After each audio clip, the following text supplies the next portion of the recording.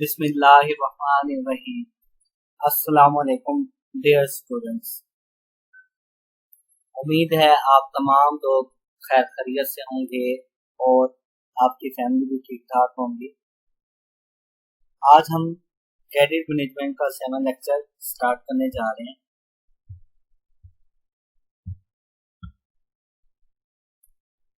हम last lecture को discuss कर लेते हैं कि लास्ट लेक्चर में हमने कौन कौन सी बातें पढ़ी थी। हमने सबसे पहले क्रेडिट इंफॉर्मेशन ब्यूरो के बारे में पढ़ा था।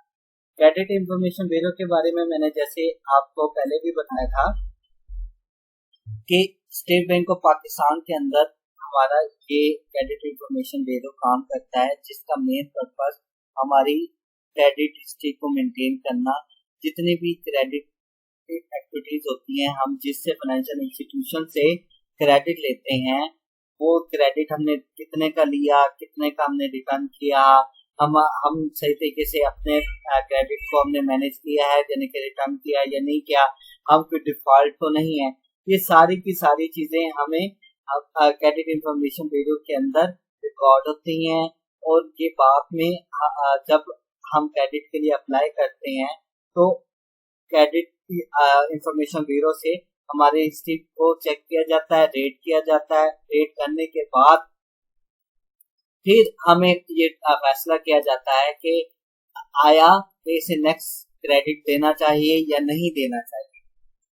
अब क्रेडिट इंफॉर्मेशन ब्यूरो के अंदर हमने फंक्शंस को डिस्कस किया था कि कौन कौन से क्रेडिट इंफॉर्मेशन ब्यूरो के फंक्शंस हैं। इसके जो फंक्शंस हैं under section 25A banking ordinance 1962 के तहत ये फंक्शन परफॉर्म किए जाते हैं। जितने भी फाइनेंशियल इंस्टीट्यूशन हैं वो लाजमी तौर पर अपनी बोरिंग डाटा वो क्रेडिट इंफॉर्मेशन ब्यूरो के अंदर जमा करवाएंगे ताकि ये सारा डाटा रिकॉर्ड हो सके। रोल ऑफ क्रेडिट इंफॉर्मेशन के दो इम्पोर्टेंट रोल है क्रेडिट इंफॉर्मेशन के। पहला रोल क्या है, integral to credit risk management. अब integral to credit risk management क्या है, हमने जब किसी को क्रेडिट देते हैं या आप किसी से उधार लेते हैं तो उसके साथ एक रिस्क होता है कि आप आया के उसको वापस करेंगे या वापस ना कर पाए, तो जो पर्सन या कोई भी फाइनेंशियल इंस्टीट्यूशन आपको रिस्क दे रहा है वो इसको कैसे मैनेज करेगा। अब इस रिस्क को मैनेज करने के लिए क्रेडिट इंफॉर्मेशन ब्यूरो का बहुत ज्यादा इम्पोर्टेंट रोल है। वो हमें तरीकेकार बताता है कि इससे हमारा जो क्रेडिट रिस्क है वो मिनिमाइज होता है। एंड सेकंड, हमने एक sound culture financial system create करना होता है। अब जो मुल्क आप देखें डेवलप हो चुकी हैं, उन मुल्क के अंदर क्रेडिट एक्टिविटीज को मैनेज करना, क्रेडिट से रिलेटेड काम करना कोई मुश्किल नहीं है। क्यों? वहां पर लोगों का एतबार है कि कोई भी किसी किस्म की गलत एक्टिविटीज वगैरह नहीं होगी। अगर होगी भी सही तो उसको आइडेंटिफाई किया जा सकेगा। अब CIB यानी कि क्रेडिट इंफॉर्मेशन का मेन जो सेकंड पर्पस है कि हमने लोगों को प्रमोट करना है कि बाहर से इन्वेस्टर आए या जो हमारा लोकली इन्वेस्टर है वो इस तरीके से मैनेज हो, उसका रिस्क मिनिमाइज हो और वो आसानी के साथ लोगों को पैसे दे सके ताकि हमारा जो फाइनेंशियल सिस्टम है वो अच्छी तरीके से स्मूथ हो। अगर हमारा पैसा सिर्फ और सिर्फ चंद लोगों के हाथ में रह जाएगा, हमारे मुल्क के अंदर एक ऐसा कल्चर नहीं होगा जिसमें क्रेडिट को प्रमोट किया जाए, तो क्या होगा, कोई भी नई बिजनेस एक्टिविटीज नहीं प्रमोट होगी। बिजनेस एक्टिविटी जब प्रमोट नहीं होगी तो हमारा फाइनेंशियल सिस्टम नहीं होगा, हमारी इकोनॉमिकली स्ट्रॉन्ग नहीं होगी। तो जो भी कंट्रीज डेवलप हो चुकी हैं वहां पर आप क्लियरली देख सकते हैं one of the biggest reason उनका एक साउंड क्रेडिट सिस्टम है बड़ा, जिसकी वजह से अगर कोई पर्सन कोई भी बिजनेस करना चाहता है तो उससे मसला नहीं आता, खास तौर पर क्रेडिट के हवाले से कि how I can manage the credit. They can easily manage the credit and they are independent, so it is very important point. Role of credit information के बाद फिर मैंने आपको बताया था ई क्रेडिट इंफॉर्मेशन ब्यूरो के बारे में। एक क्रेडिट इंफॉर्मेशन हमारा इलेक्ट्रॉनिक क्रेडिट इंफॉर्मेशन है। ये फैसिलिटीज हमारी ऑनलाइन फैसिलिटीज प्रोवाइड की गई। अब देखें, दुनिया एक ग्लोबल विलेज बन चुकी है। टेक्नोलॉजी इतनी ज्यादा हमें हेल्पफुल करती है बहुत सारे काम करने में। अगर हमारा ये सिस्टम ऑनलाइन ना होता तो कोई भी इंफॉर्मेशन हमें चाहिए होते हैं तो उस इंफॉर्मेशन को प्रोसीड करने में, इंफॉर्मेशन को ऑब्टेन करने में बहुत ज्यादा टाइम हमारा लग जाता है। तो एक क्रेडिट इंफॉर्मेशन ब्यूरो से अब कोई भी चीज है उसको फैसिलिटेट करना, कोई इंफॉर्मेशन हम बारो की, किसी भी कंपनी की, किसी भी फाइनेंशियल इंस्टीट्यूशंस की आसानी के साथ मैनेज कर सकते हैं। और इसके बहुत ज्यादा एडवांटेज हैं बड़े। उसको मैंने एडवांटेज को आपको डिस्कस किया था कि हमारी कंज्यूमर और कॉर्पोरेट रिपोर्ट्स का डाटा आसानी के साथ मैनेज हो जाता है। Provision of consumer credit and default इससे हमारी मैनेज हो जाती है। ऑनलाइन अमेंडमेंट और अपडेशन ऑफ फाइनेंशियल इंस्टीट्यूशन के थ्रू हमारी मैनेज हो जाती है। तो ये सारा का सारा हमने प्रीवियस लेक्चर में डिस्कस किया था। आज के लेक्चर में क्या हम होने जा रहे हैं, हम सबसे पहले क्रेडिट वर्थीनेस रिपोर्ट को डिस्कस करेंगे। क्रेडिट वर्थीनेस रिपोर्ट क्या है? अब credit worthiness report is a factual statement of the borrower's credit position on certain date compiled on the basis information received from the members of financial institution. ये अब तमाम जो चीजें activities हो रही हैं क्रेडिट इंफॉर्मेशन ब्यूरो का मकसद ये अपना है क्रेडिट आपकी रिपोर्ट मुरतब करना। अब क्रेडिट रिपोर्ट से आपकी क्रेडिट वर्थीनेस पता चलती है कि आपकी वर्थीनेस क्या है। जब तक आपकी क्रेडिट वर्थीनेस नहीं होगी, और इसमें स्पेसिफिक डेट को भी या स्टेन डेट को भी हम देखते हैं कि आपने इन पीरियड के दरमियान आपकी किसी भी फाइनेंशियल इंस्टीट्यूशन से कैसी एक्टिविटीज रही। अगर ये नहीं होगी तो एक साउंड कल्चर डेवलप नहीं हो सकता। So it is very important point. The credit worthiness report contains certain financial और non financial information on the borrower. The credit worthiness report only show the liabilities, both fund and non-fund based, but does not reflect the name of lending financial institution. अब इसमें आपकी liability से related activities को बताया जाता है, members of lending financial institution के बारे में नहीं बताया जाता।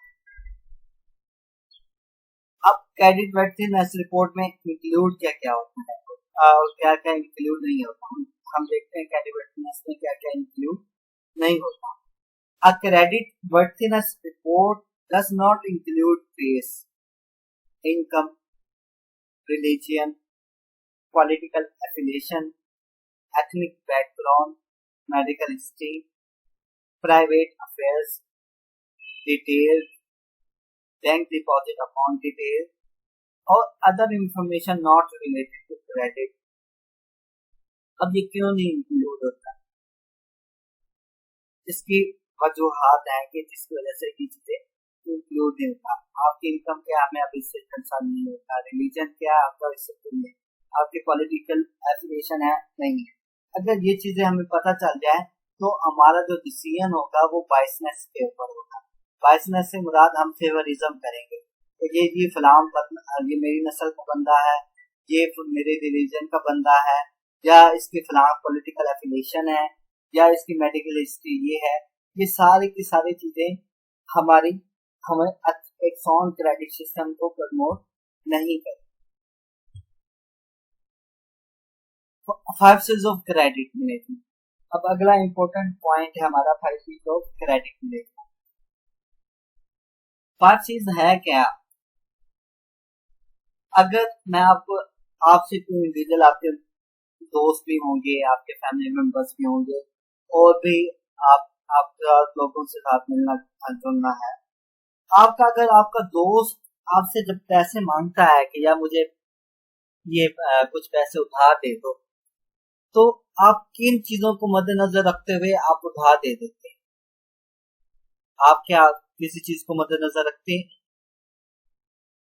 क्या आपने कभी सोचा कि आपने किसी चीज को मद्देनजर रखते हुए उधार दिया?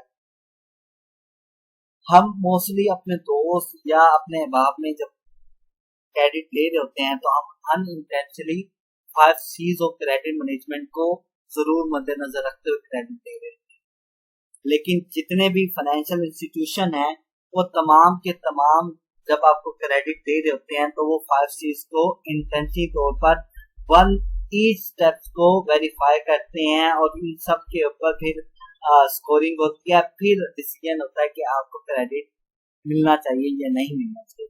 तो 5Cs आपका बहुत मोस्ट इम्पोर्टेंट एलिमेंट है कि आप चाहे किसी फाइनेंशियल इंस्टीट्यूशन से क्रेडिट ले रहे हो, चाहे आप किसी पर्सन से अपने दोस्त से ले रहे हो या दोस्त को दे रहे हो, ये दोनों चीजें इंपॉर्टेंट है कि आप 5Cs को लाजमी मद्देनजर रखते हैं। आप कैसे मद्देनजर रखते हैं हम इस बात को देखते हैं। 5Cs में चीजें आती क्या है, सबसे पहले आपका कैपिटल आता है, फिर आपका कैपेसिटी, कंडीशन, कैरेक्टर, कोलेटरल, ये 5Cs है। क्योंकि ये 5 C से स्टार्ट होते हैं तो इसको 5Cs आते हैं और they play the important role in giving the credit. अब पहले हम बात करते हैं कैपिटल की। अब देखिए कैपिटल मोस्ट इम्पोर्टेंट पार्ट है आपकी बोरिंग करने। आपके पास पैसा होगा तो आप किसी को उधार दे सकेंगे, आपके पास पैसे नहीं है तो आप कैसे दे सकते हैं। Indicate the borrower level of seriousness. फिर उसके बाद है कैपेसिटी की। आपके पास पैसा तो है, मिसाल के तौर पर आपका दोस्त है, अभी मैं आप सिंपल अप्लाई कर रहा हूँ हम अपने फैमिली और अपने दोस्तों पर। अगर आपके पास पैसे हैं, अब पैसे तो होने के बावजूद आपका जो पर्सन जो आपसे पैसे मांग रहा है उसकी वो कैपेसिटी है कि वो वापस रीपे करेगा। उसकी तनख्वाह लेट्स सपोज 10,000 है या उसकी अर्निंग 5,000 है भरा और वो आपसे 1,00,000 रुपए का कर्जा मांग रहा है जो कि इसकी कैपेसिटी इजाजत ही नहीं देती, तो वो कैसे आप उसको आप नहीं कहेंगे, आप उसे कभी भी कर्जा देने से एग्री नहीं हो। फिर अब मिसाल के तौर पर आपका दोस्त है बड़ा, वो समायदार भी है, उसकी कैपेसिटी भी अच्छी है, लेकिन अब मौजूदा दौर में उसकी कंडीशंस क्या है, अब क्या हालात चल रहे हैं, तो उस कंडीशन के मुताबिक बहुत सारे लोग हैं माशाल्लाह जो कि बहुत ज्यादा रीच होते हैं, लेकिन बात कंडीशन ऐसी जा रही होती है कि वो उनको हालात इजाजत नहीं देते। अगर कोई उनको उधार देता भी है तो उनके पास इतनी सख्त नहीं होती कि वो वापस कर रहे हैं। कैपिटल कैपेसिटी उनके पास होती है लेकिन कुछ कंडीशंस की वजह से वो अभी रिपे नहीं कर पाते। जब वो रिपे नहीं कर पाते तो क्या होता है, आपका जो सर्कल होता है, फाइनेंशियल सर्कल होता है, जो आपका अमाउंट होता है, तो आपको डिस्टर्ब हो सकती है। लेट्स सपोज आपने के दोस्त ने पैसे मांगे, यार 1,000 दे दो, मैं आपको बाद में दे दूंगा, कल परसों दे दूंगा। अब कंडीशन आप उसके पास ऐसी हो जाती है कि वो पे नहीं कर पाता। अब आपको उम्मीद थी कि मुझे वहां से पैसे आने हैं और मैंने पैसे आएंगे तो मैं इसको ये एक्टिविटीज करूंगा। हमारे पास पैसा बाद में आता है और हम उसकी पहली प्लानिंग हमने की होती है। अब कंडीशंस होने की वजह से, खराब होने की वजह से आपका पूरे की पूरी एक्टिविटी, फाइनेंशियल एक्टिविटी डिस्टर्ब हुई। फिर कैरेक्टर, अब ये एक इम्पोर्टेंट एलिमेंट है। आपके पास कैपिटल है, कैपेसिटी है, कंडीशन भी ठीक है, लेकिन आपका कैरेक्टर अच्छा नहीं है। क्या आप कैरेक्टर अच्छा होने के बावजूद भी किसी को पैसे देना चाहेंगे? नहीं देना चाहेंगे। और आपका कैरेक्टर और भी चीजों से डिटरमाइन होता है, किसी से भी डिटरमाइन होता है। अब अगली बात है आपका कोलेटरल। कोलेटरल, अब आपका दोस्त है, आपको बार बार कह रहा है नहीं जी मुझे पैसे दो, मुझे पैसे दो, वो मजबूर कर देता है कि हर हालत में पैसे दो, तो आप कैसे पैसे दे सकते हैं? आप कहते हैं जिसका कैरेक्टर भी अच्छा नहीं है, चलो कैपिटल है या कैपिटल कैरेक्टर की कंडीशन अच्छी है, कैपेसिटी नहीं है, तो कोई ना कोई चीज आपको आपके पास गारंटी के तौर पर रखवा है। जब आपके पास गारंटी के तौर पर रखवाता है तो आप फौरन एग्री हो जाते हैं, ठीक है यार मैं देने को तैयार हूँ। ये तमाम, अगर आपने कभी किसी को क्रेडिट दिया हो या आपसे किसी ने क्रेडिट लिया हो, आप इन बातों को देखो, ये तमाम चीजें मद्देनजर रखते हुए आपने लाजमी क्रेडिट दिया होगा। बस हम इसको अनइंटेंसिव तौर पर हमारा दिमाग के अंदर ये प्रोसेस चल रहा होता है, तो हम उस चीज को कंसिडर नहीं करते, लेकिन रोजमर्रा जिंदगी के अंदर हमारी ये चीजें लाजमी सारी होती है, हम उसको मद्देनजर रखते हैं। अब 5 C's of credit is a system used by a lender to measure the credit worthiness of potential buyer. The following are the 5 C's of credit management. First C is corrected, reflected by the applicant credit history. Second C, capacity, the applicant debt to income ratio. The third C is capital, the amount of money an applicant has. The fourth is collateral, an asset that can back or act as security of the loan. The fifth C is condition, the purpose of loan, the amount involved, and the prevailing interest rate. ये सारी की सारी चीजें आपकी जब आप bank financial institution से या किसी भी वर्किंग से लेते हैं तब ये चीजें आपकी इन चीजों के ऊपर मद्देनजर रखते हुए आपको दिया जाता है। 5C of credit character, do you pay bills on time, ये आपका करेक्टर को रिप्रेजेंट करता है। Capacity, can you repay the loan, आपके पास कैपेसिटी है। अमूमन जो एक जिसके ऊपर रिसर्च हुई है, आपका टोटल इनकम का 20% या 30% अलाउ किया जाता है आपके क्रेडिट पर। इससे ज्यादा जितना अलाउ करेंगे उसका उससे रिस्क बढ़ेगा, तो इसलिए सेफ जो स्कोर जो भी है वो आपकी इनकम का 20 to 30% होता है। Capital, what are you asset and net worth, आपके एसेट कितने और नेट वर्थ कितनी है।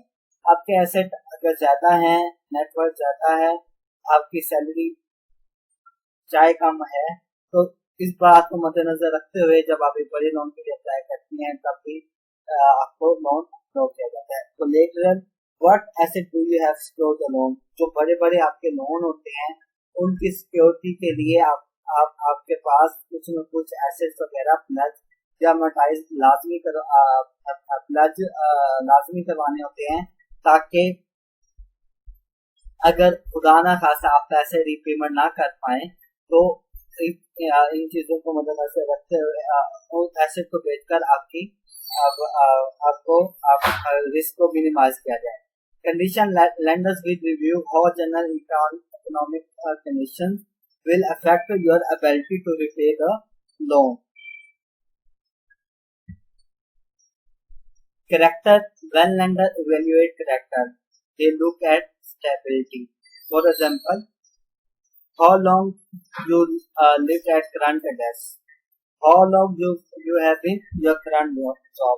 अब ये सारी की सारी देखें, आप एक कितने अच्छे से जॉब कर रहे हैं, आपको नोट ज्यादा हो गया है तो लोग आपके कैरेक्टर को अच्छी तरह से डिटरमाइन कर सकते हैं। आप एक ऐसी जगह जॉब कर रहे हैं जहाँ पर आपको आए हुए सिर्फ 1 महीना और 1 साल हुआ है, तो बहुत सारे लोग आपको जानते भी नहीं होंगे, अगर जानते भी होंगे तो उतने ज्यादा वो आपके पास शो नहीं होंगे। तो आपके जॉब का टेन्योर जब जितना ज्यादा होगा तो लोगों की आपके साथ मिलने मिलाने से आपको कैरेक्टर को आइडेंटिफाई या महिया करने में आसानी होगी। And whether you have a good record of paying your bills on time and full, बहुत सारे लोग आपके साथ जब काम करते हैं तो आपके पास श्योर होता है कि यार इसका कैरेक्टर बहुत अच्छा है, ये कभी भी पैसों के मामले में तंग नहीं करता, और अगर ये जो बात कहता है वो अपनी कमिटमेंट को पूरा करता है। तो if you want a loan for your business, the lender may consider your experience and track record in your business. बहुत सारी बड़ी बड़ी कंपनी जब लोन के लिए अप्लाई करती हैं तो उनके ट्रैक रिकॉर्ड को देखते हुए या उनकी ब्रांड वैल्यू देखते हुए या उनके ब्रांड के नेम को देखते हुए लोग आसानी से बैंक, बल्कि उनको खुद कहते हैं कि अगर आपको लोन चाहिए तो हम आपको देने को तैयार है, क्योंकि उन्हें पता है कि इतना बड़ा ब्रांड है या ये इसकी इतनी वर्थीनेस है बड़ी, तो ये हमारा पैसा किसी सूरत में डूबेगा नहीं। So consider the personal integrity of business owners and officers. There is no any bankruptcy issue. Are you honest and reliable? What is your reputation? आपकी रेपुटेशन क्या है? अगर कैन यू प्रोवाइड रेफरेंस, इस बारे में आपसे रेफरेंस भी लिया जाता है ताकि आपके बारे में मजीद डिटेल से आपके बारे में आइडेंटिफाई किया जाए। Lender need to know the borrower and guarantors are honest and have integrity. Additional lender need to be competent. The applicant has background, education, industry knowledge and experience required to successfully operate the business. Lending institution may require certain amount of management and ownership experience. They will also ask about your licensing, whether not you have criminal record. ये सारी की सारी चीजें आप मतलब एक institution financial institution से पैसे ले रहा होता है, कोई भी इंडस्ट्री या कोई भी इदारा, तो ये सारी की सारी चीजें आपसे रिक्वायर कर सकते हैं कि आपका लाइसेंस क्या है, ये ना हो कि कंपनी कोई फ्रॉड तो नहीं करे, हमसे बैंक से पैसा लेकर फ्रॉड कर जाए। आपको पता है ऐसी बहुत सारी फ्रॉड हो चुके हैं कि लोगों ने कंपनियां खोली, फर्जी तमाम चीजें फर्जी थी, कुछ से बाद बैंकों से लोन लिया और पैसे लेकर भाग। So ISP is the best predictor of the future. A lender will examine the personal credit of all borrowers and debtor involved in the loan. ये सारी की सारी चीजें, ये क्रेडिट स्कोर फैक्टर किसकी है, किस तरह आप क्रेडिट फैक्टर पेमेंट हिस्ट्री क्या अमाउंट ऑफ कितनी है और क्रेडिट हिस्ट्री है, नो क्रेडिट है, टाइप्स ऑफ क्रेडिट, ये क्रेडिट फैक्टर आपके फैक्टर्स हैं।